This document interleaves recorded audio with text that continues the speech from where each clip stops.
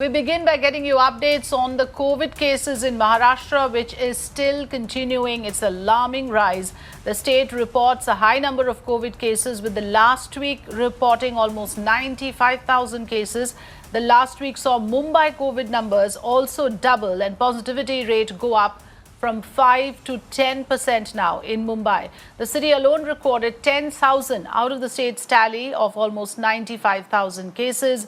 Mumbai Civic Body Chief is set to hold a meeting today on the COVID situation in order to address the challenges that the city is facing right now.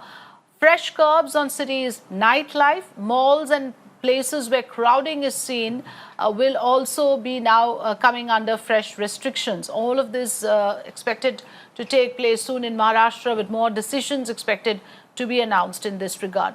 Let's talk about the hospital bed situation in Mumbai, since that is going to be a critical factor given the alarming rise in cases. What we're getting to know right now is that bed occupancy has risen in the last 3 weeks. The bed occupancy has increased to 40%, and vacancy of beds have dropped to 59% in 3 weeks. Over 1,700 beds added in the last 3 weeks, and over 1,800 oxygen beds also added in the last 3 weeks.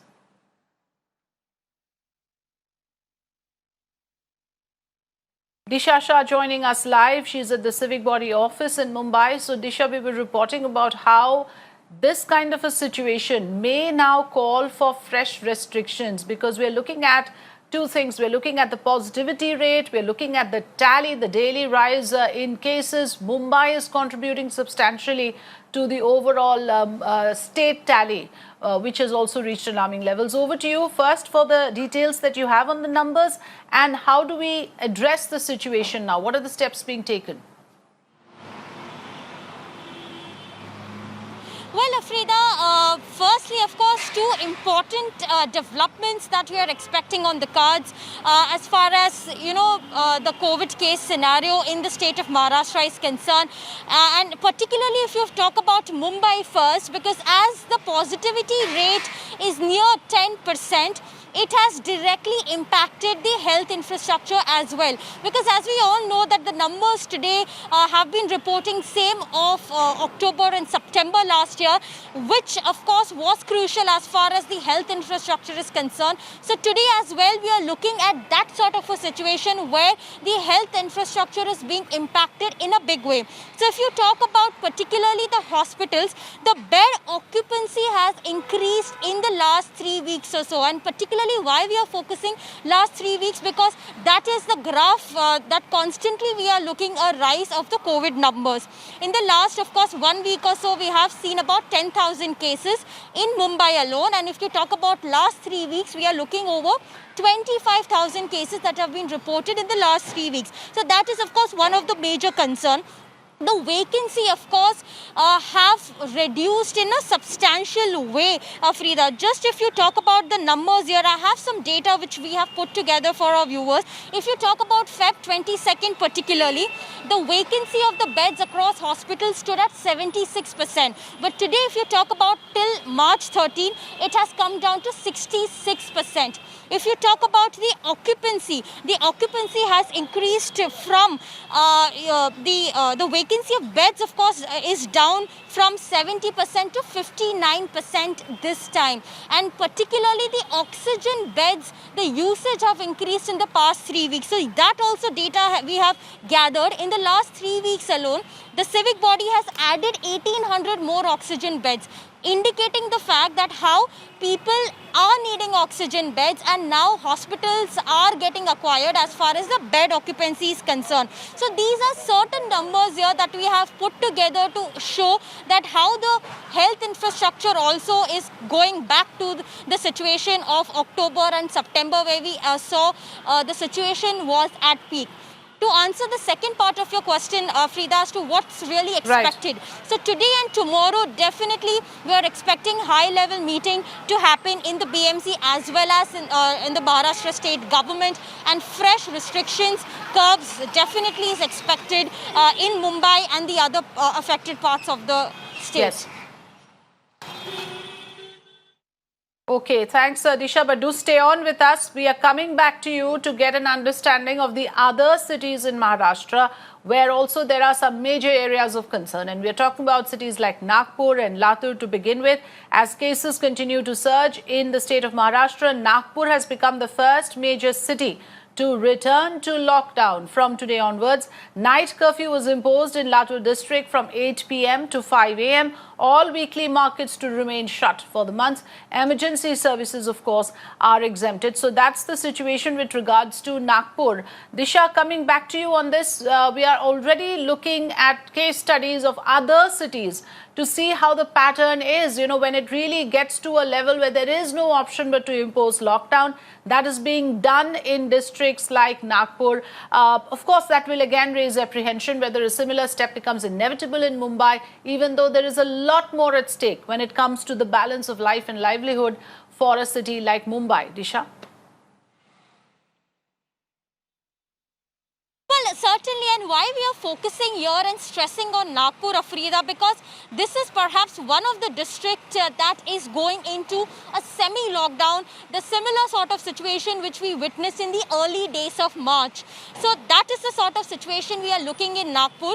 And Yes. another reason is that in the last 1 week or so, highest number of cases have been reported in Nagpur since the pandemic. So in Nagpur, particularly from March last year, 1 year down the line, highest if you talk about over and above they have reported on a daily average 1800 cases. And in the last 1 week alone, they have reported about 12,000 plus cases. So this is the highest that the Nagpur district has witnessed in the last 1 year. And that is why this sort of lockdown we are looking at, where almost only emergency services will be allowed to remain open for the next 1 week. Non-emergency services like restaurants, malls, hotels have been asked to shut. There will be 3,000 police personnel deployed across the district who can monitor the situation, who can see unnecessary people are not really stepping out. So all of these are the measures that particularly Nagpur All right, Disha, stay with us. I also have online right now on the phone line Dr. Shashank Joshi, member of the COVID task force in Maharashtra.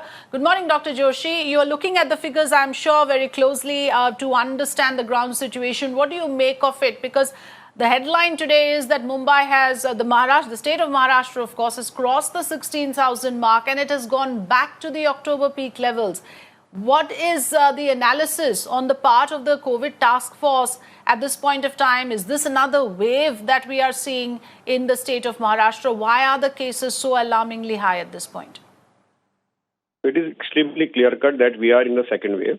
As far as state of Maharashtra is concerned, we have ramped up our testing to almost a very high level, and we are testing more than 1 lakh cases per day, which is why you're seeing these numbers of 16,000. 80% of the people are asymptomatic, with recovery being excellent, and our case fatality rate is very low, 0.5 and below. So that is the reassuring thing. The virus is not filling up the ICUs the way it filled up in those pre-October levels or July levels and June levels. And we are definitely on a red alert now, because we know that there is a faster spreading mutant strain which is there, which is spreading faster, having clusters, but at the same time, and also having different manifestations like gut manifestations and diarrhea. But at the same time, it is not as severe as the previous strain. Our health system is prepared for the pandemic. However, we again and again appeal to both restaurant owners, the mall owners, as well as people at large to have COVID-appropriate behavior, which is still not happening. Despite of all these, unless and until there are stringent micro-containment norms and, stringent norms like lockdown, people are just not behaving themselves. So Mumbai City, we have clearly told them that they have to be responsible. If they are not responsible, we'll be headed for another disaster.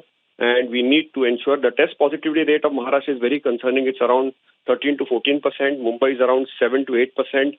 And these numbers definitely are showing a red signal. And clearly they see that there is a clear-cut second wave which is there in these geographies. Okay, that's a big confirmation you're giving us, Dr. Shashank Joshi, that now officially, at least the Mumbai task force believes, the Maharashtra task force believes that this is the second wave in the state of Maharashtra. Two important differentiators that you pointed out from last time, that this time it's spreading very fast And you're also calling it a mutant strain, which is less menacing. Did I get you correctly that this time the manifestation, the symptoms are likely to be less severe?